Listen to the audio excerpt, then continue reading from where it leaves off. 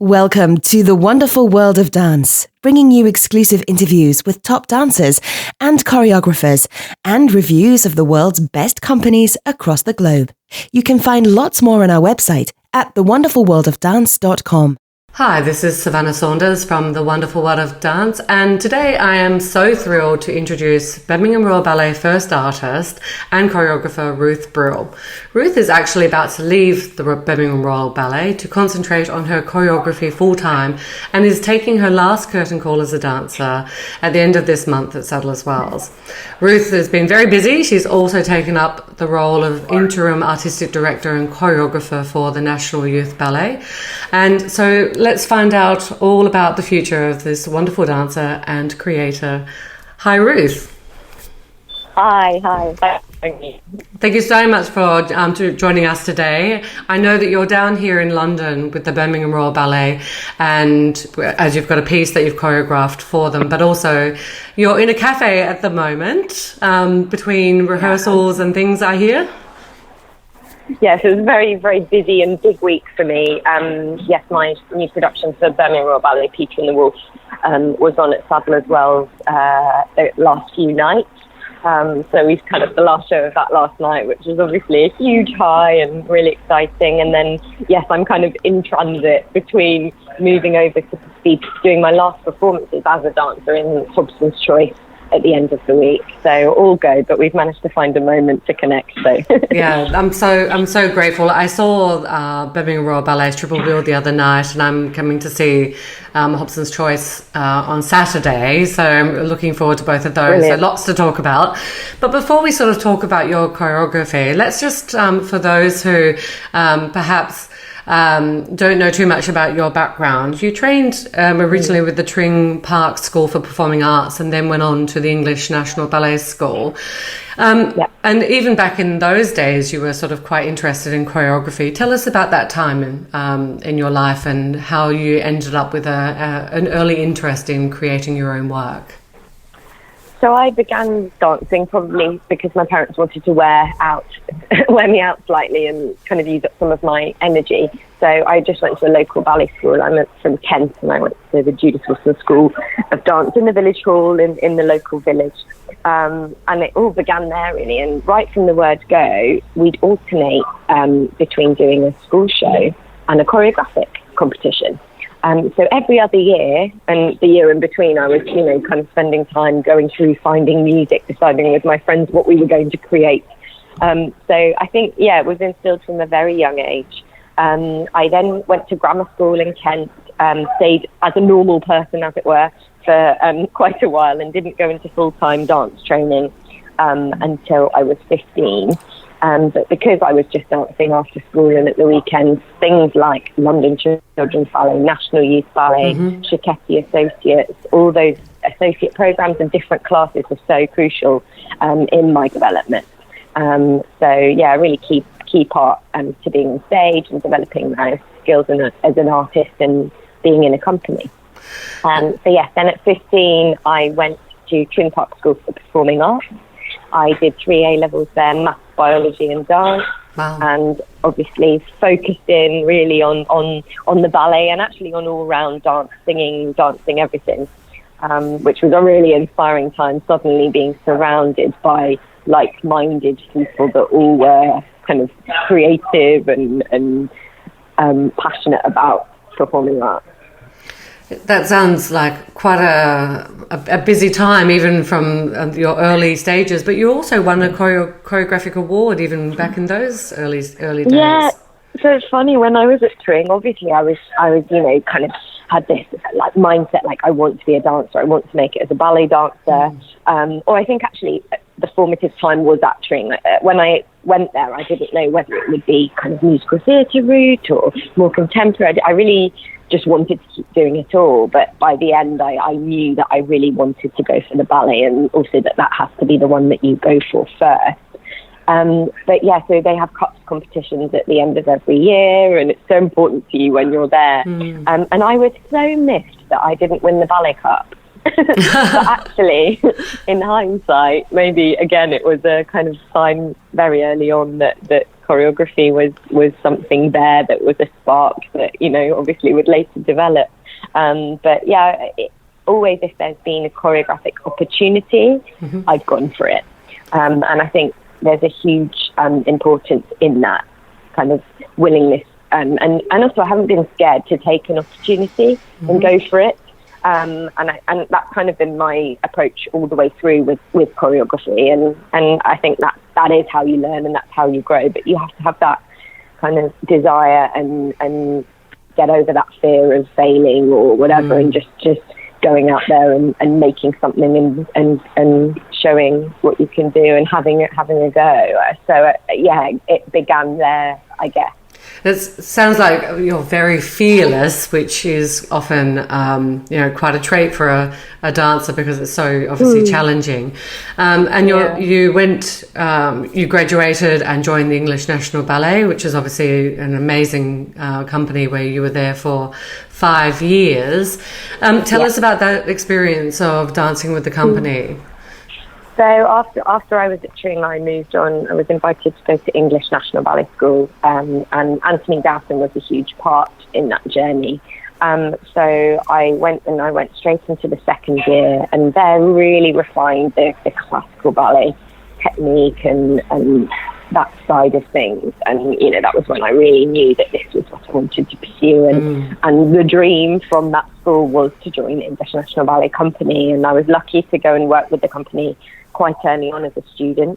So I got to kind of prove myself and jump in when someone was ill or fill in for that person here, and basically, earned my contract that way. And then upon graduation, I went straight into the company, English National Ballet.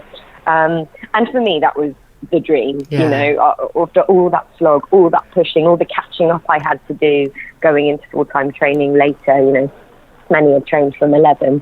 And I think that I just felt like I was living the dream. We had such fun. We had some brilliant international tours.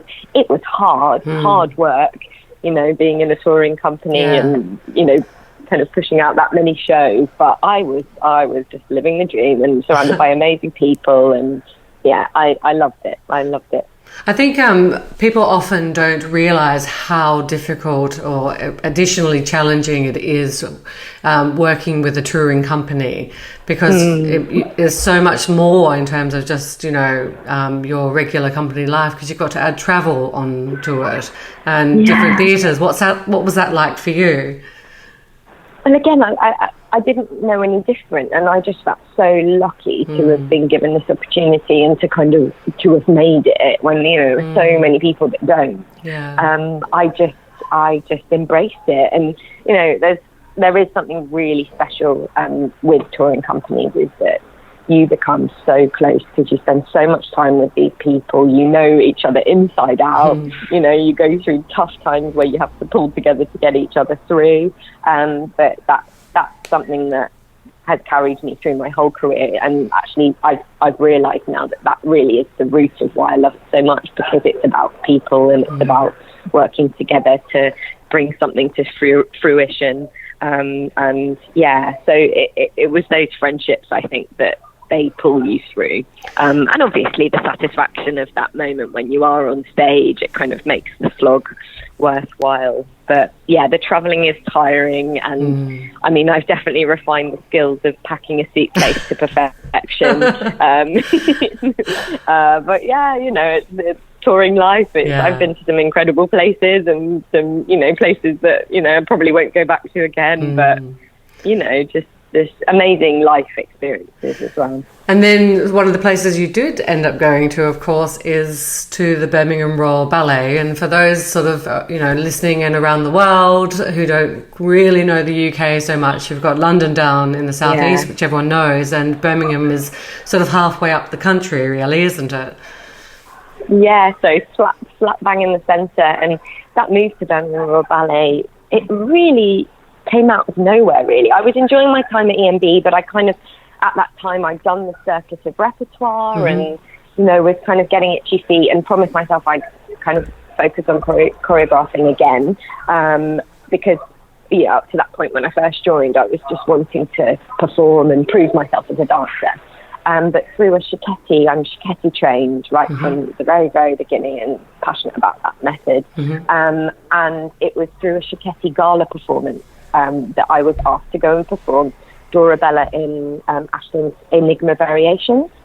And that piece wasn't in the repertoire of English National Ballet. So I had to go up to BRB, up to Birmingham, to rehearse this solo and this part for this gala performance for the Shiketi Society. So that was, and I obviously at the time just thought, oh, what a brilliant opportunity to see something else, to, get to perform another piece that I haven't done before on stage, and, just went with kind of open eyes. And the minute I walked into the Birmingham Royal Ballet building, something felt right and something felt different, and had a lovely rehearsal. And then, it kind of went from there. And I was invited to sort of come back and take class, as it were, and obviously had to decide whether I would really officially audition and try and go for it. And quite quickly it all happened, and before I knew it, my partner and I, Simon, we were moving up to Birmingham to join BRB, and it really has been the best decision of my career so far. Really? Yeah, I just, it was the right place for me. I was able to flourish. I think having kind of honed my trade at EMB, I went to BRB a more confident artist. I knew what my strengths were. I knew what my weaknesses were. I knew what kind of my package was to sell. And I think that, again, it was a company where there was repertoire that, some of David Bintley's ballets and a lot of things I hadn't done, a lot of Ashton Macmillan, like different stuff. And I think BRB has enabled me to really develop the characterization side and the acting side of what I do. And I've been fortunate enough to do some really great roles in the company there.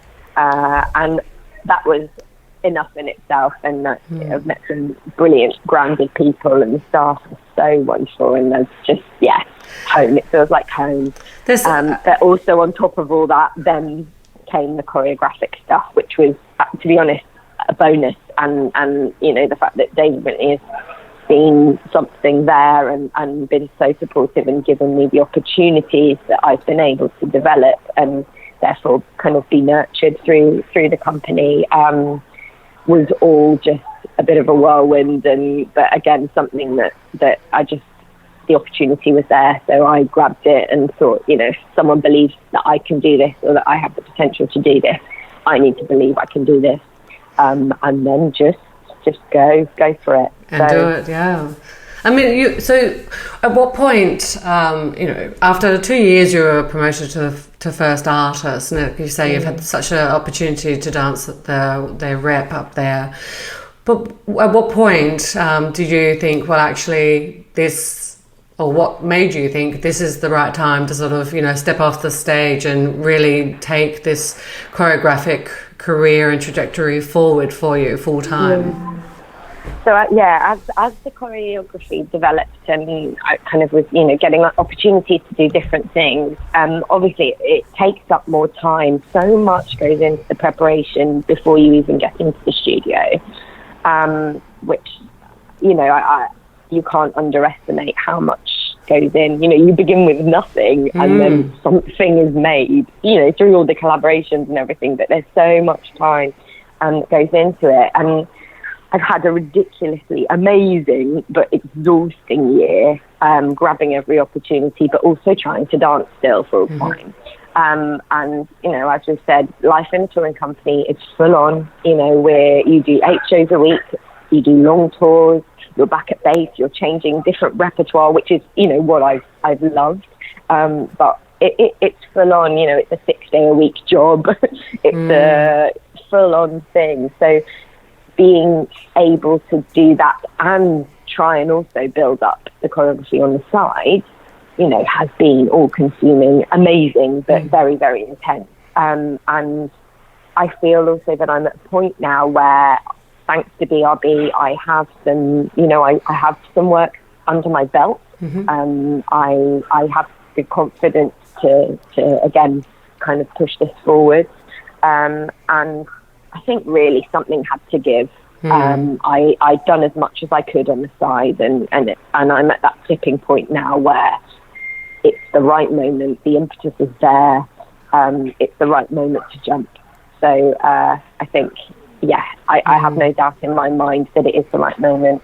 And another thing is, David Bintley is retiring as director from the company. So he's been so crucial in my development, and I think it really feels like the end of an era there as definitely. well. So, and for me personally, because I still love being on stage, it's hard knowing that I am stopping, and it's sad and all those sorts of things. But I think there's something that it feels, because it feels like the end of an era, it's a nice moment to kind of put it in a box and have that there, and special times, and I've loved every second, but it's the right moment now to move on. And also personally, that's a huge factor as well. I'm getting married this summer. Congratulations. Thank you to Simon, who I've been with for 10 years, and we've kind of been on this journey together, and I think it just need a little bit more balance, and so there's that side of things too, which is hugely important. But Absolutely. So freelance life awaits. I'm super excited.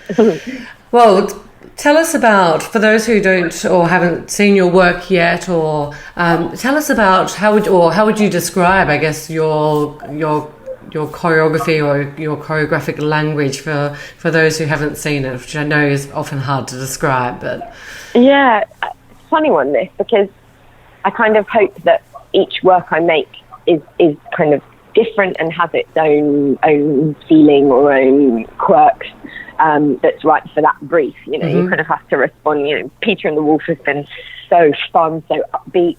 Other works have been more serious. I did a piece for a gala at the Palladium, which was for a breast cancer charity called Future Dreams, and that was so poignant and sensitive and emotional. So in terms of, I think naturally I'm more drawn to the upbeat stuff, but it is that variety. You kind of like to bounce from thing to thing, and I guess again how you develop. In terms of, I actually asked my dancers in BRB, what would you say is characteristic of my work? I'd like to say it's quite theatrical. I guess because I'm a theatrical being, really. I'm not completely a ballet bunhead. I had that rounded training, and I guess that comes through. Kind of a bit quirky, probably. I would like to think it's musical choreography, because for me that really is the driving force of everything, both as a dancer and as a choreographer. Like, it really all comes from the music, and I religiously listen to whatever it is that I'm working to, and really try to respond to like layers and nuance in the music. So that's I would say too. Probably I think also I think my work definitely, and because I've been working in these amazing classical ballet companies, is firmly rooted in the classical vocabulary. But I'm excited and very much up for broadening. So if a musical opportunity came up to choreograph in kind of a more theatrical genre, I would really be up for that as well. So looking to broaden, but at the moment certainly I'm very much based in classical vocabulary with a bit of a quirk. Peter and the Wolf certainly was firmly rooted in the classical, very theatrical, very it felt very, very modern, and it was completely unexpected piece of work. I have to say, I had because I don't like to know too much about what I'm about to see. I really like to have this first experience and then discover the work after. Discover the work after and read about it after. And I had no idea what I was going to be seeing, and I was so shocked, but it was in a really good way, because the piece was Peter and the Wolf crossed with any type of English suburb hoodies and, trainers, but then there was such beautiful point work, and there was such beautiful classical choreography as well, with this, sort of almost like a construction site type, urban landscape, and this narration. Yeah. It was so very interesting and so extremely memorable as well. I will remember this piece, and I think it's a piece, and I think often that for me is like, will people remember this? Will it make an impact? Yeah. Will I take this away with me for time to come? And certainly, even though it was so much fun, it was also, it had still quite a lot of impact as well, I thought. Oh, I enjoyed it. Yeah. Hooray. I think obviously it's been such a joy. It's been so much fun, and actually a really nice one to finish my time with BRB on, because just adored working with the dancers in the studio. Those friendships are there. We've laughed a lot. And a lot of it has come through in the choreography, I think. There were things where it was like, oh, let's explore this, and we've kind of developed something hilarious and gone, you know what, let's keep that in, I think what I'm proud of with it, because it was a hard brief, in that it was commissioned to make Peter and the Wolf with Peter as a girl, but yet to retain, because the Prokofiev estate, rightfully so, was very protective of this work, so we couldn't change anything in terms of the music, how it works with the narration, and every single word in the narration has been, so delicately written as to how it overlaps. So that had to remain true. Obviously, also dealing with something that's very precious for so many people. It's so well known. People have so many personal memories of, oh, I did this, or when I was growing up, or whatever. So kind of, quite a big one to carry there, and obviously kind of have to be sensitive to that. But then at the same time, I really wanted to be brave and make it my own and put my own mark on it. And also, the other part of the brief were one that it was an accessible piece, both to young and old, and also to ballet fans and not. And I think, obviously, a huge help of that is the fact that there is narration, and that's been really interesting for me to work with, because it just clarifies everything clearly.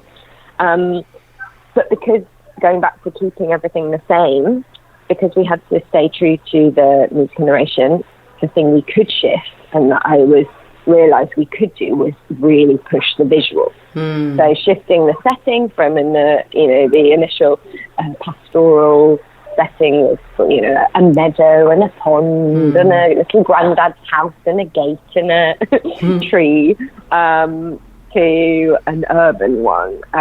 So the tree in this version is actually visually a scaffolding tower that's kind of used, and because when I picked it apart, I realised what was important in this story was that there were different levels, which represent the status of the characters, and that if we had something like that to be able to interact with, actually, I had to trust that even though the words say the bird went up the tree, as long as the character runs up or goes upwards, that actually was what was important. And to just trust that the audience will go with what they're seeing. So kind of playing against the words in a way, but transforming it and seeing it in a new light, in a new way. Yeah, most definitely. And the audience did go with it. We did follow the bird and the cat up the tree. It was, it was also really interesting to see narration used over the top of a ballet, essentially. Like the only other time I've really seen that is when I've gone to, a kid's performance with my little niece who's 4 years of age. But actually, like you say, it is accessible, and you still can, even being, like a ballet head or a ballet main, or, you still can really enjoy it even as an adult. But you can imagine this being accessible to families and to everyone. Yeah. We did another version as well for aimed at 3 to 5 year olds, where we had a live narrator and we kind of, toned certain things down and added a couple of little things. But, so again, it was also to be an adaptable product that could move to different stages. And again, it is some panels and the scaffolding and a couple of props. So it's easily movable. So they wanted a product that could be really used in different ways. So smaller venues, larger venues, more toned down, particularly for children, that way. But obviously also my brief was that it would stand up against to established female choreographers in an adult program at Saddle as well. So a wide brief. And actually going back to the narration, the other thought I wanted to share was that I was worried at the beginning because the story moves on. It's so well written, but it moves on and it's so disjointed that I was worried because there isn't really a passage of music that's longer than about 20 seconds, really, without any words kind of coming in. So I actively decided right at the beginning that I'd use the words and choreographed the words. And I knew I didn't want to use mine, as in classical ballet mine, because I kind of feel that often people don't really know what that means anyway. Yeah. And we sort of developed this new gesture, kind of quirky movements that for me would communicate what was happening, what was being said, through the narration, over the top of the narration, but also with the music. So kind of clicking fingers and kind of punching and gesture, but quite human day-to-day gestures alongside the kind of more animalistic movements when they're representing their animal characters. It's so interesting listening to you talk about the brief, because when you watch we watch any production and like you say, you sit there thinking, well, I wonder what they started with, this blank page. But in fact, the brief that you've just described is so challenging, has so many different facets to be able to hit every single one of those. It sounds like quite the challenge. And so tell me, what was the process, or what is your normal process? You mentioned the music, but in terms of taking this type of brief or starting from a blank page, and how do you take that process through for you to create a work? Well, as I say, often it starts with the music, and then the key direction comes from the collaborators that you work with. So that's what's so amazing about Birmingham Royal Ballet. I have got to work with amazing lighting designers, set costume designers, experts, let alone the input from the dancers themselves. So for Peter and the Wolf, I had a lot of conversations with the musicians, the principal conductor here, Paul Murphy, and their advice on how it needed to work, because that was the first pre-existing thing, was music. But then, establishing the visuals once we knew how it was going to look, finding Holly McNish, who's a spoken word artist and poet. She became the voice of the narrator, and I see it as of Peter as well. That was really crucial. So there's all that happens before you even set foot in the studio and make any steps at all. So I think, for me, you have to really clarify those things first, make those decisions there. Then I always like to be super prepared with too many ideas scribbled down, so that then when you're in the studio and you have the dancers there in front of you, you have the ability to make choices and have these ideas at your fingertips, and you can try them and throw them out. So much goes on before you even get into the studio with the dancers. And I think once you've refined each of those tracks from all the collaborators, what it's going to look like, how it's going to feel, how the music's going to be, all those different elements, I then prepare lots and lots of ideas in my notebooks and kind of turn up always very structured in what I'm hoping to achieve from each session, because I think that's important for the dancers to feel like you are making progress every day. And even if you need to then go back and change things, it's that kind of keep going through. So yeah, kind of, I would say I probably over prepare outside of the studio so that then when I come into the studio, I feel confident, and also that confidence grows through experience. I feel much more able to walk into the studio and just play now than before. I used to come in very, very prepared almost every single step, especially when time is tight in the schedule. But now, yeah, to have that freedom to come and play and create in the moment, I think it's certainly been the best way for me now. But yeah, so that's kind of my process. Very structured in each session, what I'm hoping to achieve. I'm going to work on these 8 today, or I'm hoping to do that, or today we're just going to play with some ideas and see what we come up with.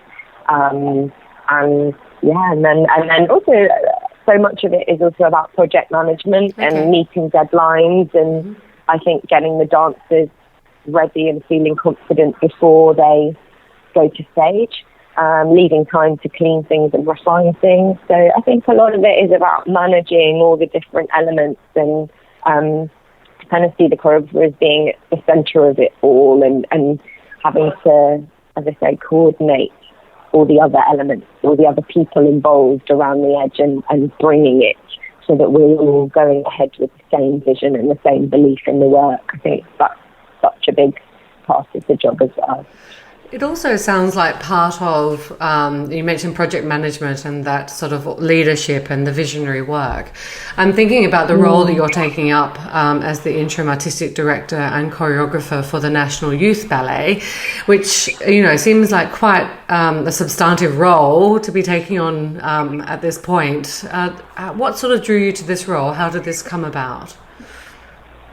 So I danced with, as I mentioned before, I danced with youth companies growing up, and they were so crucial in my development. And again, just life experiences that you take with you, whether you then go on to become a dancer or not. They're so amazing. So I danced with both National Youth Ballet and London Children's Ballet in those years. And I'm currently restaging a production of Kathy Marston's for London Children's Ballet that I danced in when I was 11. And Kathy is very busy at the moment, so she suggested that maybe I could restage it and kind of bring a new, slightly new moments to her original production. So that's being performed at the Peacock Theatre next week. So Fantastic. That's kind of one side of things, re-choreographing and reworking that. And then on the from July to September, so next few months, I've accepted this interim role as artistic director for National Youth Ballet. And again, another company that I dance with, they do a varied program with lots of different works, different dance styles, and again, a really inspiring place with lots of young people, and it really is alumni that we're the ones that are carrying this torch forward this season. And so I've shared the role with Drew McConey, who's a choreographer. He's just one thing he's just done is he just choreographed King Kong on Broadway, Olivier Award winning. He's huge, and he was a couple of years above me acting at school. So it's amazing to now be working alongside him, and he's been super helpful. And it's nice to bounce off each other, because obviously I've been much more in the ballet world of things, and he came through kind of Matthew Bourne, and then now he's really working musical theatre. So it's really nice to be able to share with other people at exciting points in their career. And also Carrie Johnson, who danced with Birmingham Royal Ballet and also all over the world, and with Matthew Bourne, different things. And so between the three of us, we're, because we've obviously both got other stuff going on too, and juggling it with BRB. But yeah, so from July to September, I'll be carrying that company through to their performances in end of August, September. Having the opportunity to be an artistic director, is amazing, and to develop those skills and really lead, obviously with a lot of support and a lot of help, but it's just, a really, really exciting opportunity at this point for me. And again, with London Children's Ballet, leading that company through as choreographer, and hopefully more in the future too. So yeah, these are really, really amazing opportunities for me at this time. I think I don't want to just I want to develop my choreography, but it's also these leadership skills to be able to develop all of it is overlaps so much anyway. But they're amazing opportunities for this point for me. So absolutely. I mean, it sounds like you've got such a busy schedule to look forward to, even once you sort of take your final curtain call later this month. It's nice to have, again, it sort of confirms that it's the right moment and that I couldn't possibly do some of these projects that I have coming up while still dancing. Something had to give. So that, again, confirms that it's the right moment to make that jump. I don't feel scared. I know it's going to be hard. I know, there's kind of lots of things to fight, but I feel very supported, like so many people watching the shows this week, and kind of I feel like people are on my side and believe in me, so that is so important. But I just think that it is the right moment, and I know I'm going to miss that family thing, that net of support. Going freelance, you are on your own, and if you go and choreograph here or there, you dip in and out of different families, but you're not on that same support net. So I don't underestimate that, and I know I'll miss dancing too, but I just do feel I have more to give on the other side of things now. So lots to look forward to. Time. Lots ahead. So there'll be things like getting an agent. I think I'll be getting an agent in London. I've got a couple of meetings lined up. Things bubbling away. A few choreographic projects. And we'll just see what the next year holds and beyond. Well, we certainly need more female choreographic voices within the industry. So I think everyone will be, as you say, cheering for you and supporting your roles going forward, because we do need a greater diversity of voices within new work. So it's great to see another female dancer sort of, as you say, taking that jump into moving into the choreographic and the artistic director realm. So and I it's such a funny one, this, because I feel so passionate, but at the same time I don't ever feel like I've been discriminated against. And also I hope that I've also got my opportunities because of the work, not just because I'm female. No, so absolutely. Kind of this double-edged sword. Really. But at the same time, it's so important to kind of fly the flag, and when people go, oh my gosh, I really look up to you, and that's really amazing.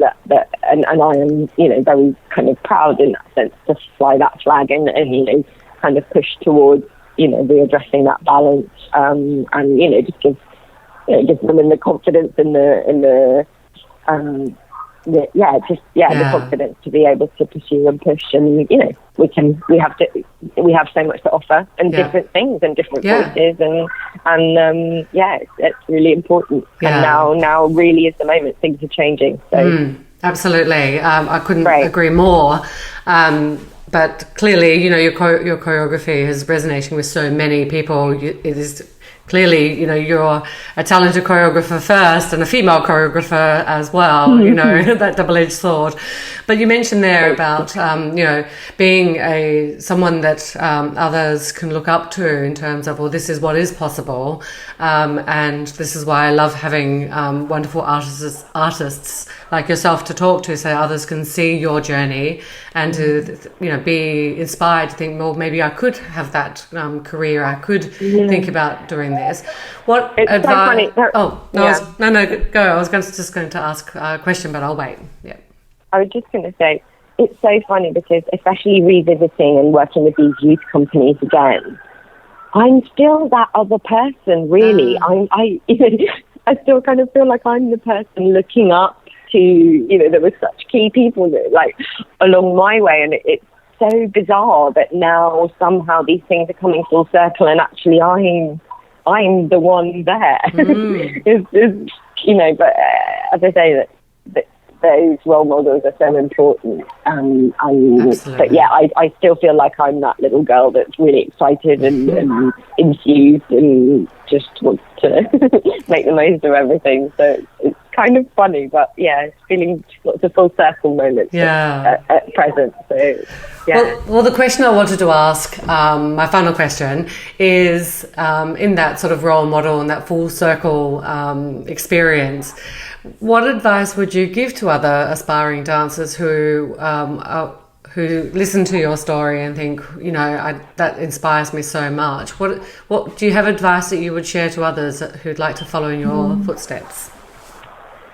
I think for me, what's been so important is just grabbing every opportunity that's there, and having that confidence and positive feedback through my development. I think has meant that I've been able to do that. I think also, especially my time the last year, I've really just tried to enjoy and make the most of everything, because it is a short career. You're very lucky, no matter how far you get. So I think it kind of shifted my perspective. When you know something's coming to an end, or it's a chapter coming to an end, you make the most of it more because you know it's not going to be there. And I think that's so important, because it's such a intense, grueling, incredible but exhausting journey to go on, through training and obviously then you're on another new journey when you join a company, because changes again. But I just think to enjoy it, and I think because ballet is so hard, the moment that tips and you're not enjoying it anymore, I think you have to be really careful, because we have to give so much of ourselves in this profession. You have to be so passionate, and you do. You really put yourself into the work. You can't just, be a robot and do it. You have to really invest, and because it requires so much, that I think that has to be remembered, and you have to retain yourself within that. I think that's the advice I would give is, hold on to your perspective, hold on to yourself, and make sure you enjoy it, because it's too hard if you don't enjoy it. It's got to be worth it. And I think your words about grabbing every opportunity and making the most of every moment and enjoying every moment is just, wonderful advice. I feel inspired. Thank you so much for chatting to me today, and for everyone. So just for listeners, if you'd like to learn more about Ruth, and also to follow Ruth, check out her website, ruthbrill.com. She's also on Instagram, Instagram, ruth.brill. And if you want to see the work that's on Saddle as Wells, go to their website, check out National Youth Ballet and the London Children's Ballet websites as well for the dates for the works that are coming up over the next few months. Thank you so much, Ruth. Don't forget to subscribe. We've got some incredible interviews coming up with principal ballerinas and renowned choreographers. We love dance and ballet, and we hope you'll love us. Join us on Facebook and Twitter.